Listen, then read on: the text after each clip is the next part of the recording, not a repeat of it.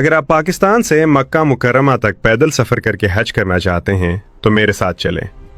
اس سفر میں آپ پاکستان کے کسی بھی شہر سے نکل کر بلوچستان کے شہر کوئٹہ سے ہوتے ہوئے تفتان بارڈر کراس کریں گے اور ایران میں داخل ہوں گے۔ وہاں آپ زاہدان، کرمان، اصفہان اور شیراز جیسے تاریخی شہروں سے گزرتے ہوئے مہران بارڈر کراس کریں گے۔ کراس کر کے عراق میں انٹر ہوں گے۔ عراق میں آپ بغداد، کربلا، نجف اور بصرہ جیسے روحانی شہروں سے گزرتے ہوئے کویت میں داخل ہوں گے۔ پھر کویت سے آپ سعودی عرب میں انٹر ہوتے ہوئے ریاض اور پھر طائف سے گزرتے ہوئے مکہ مکرمہ پہنچیں گے۔ یہ مجموعی سفر تقریباً 5000 کلومیٹر کا ہوگا۔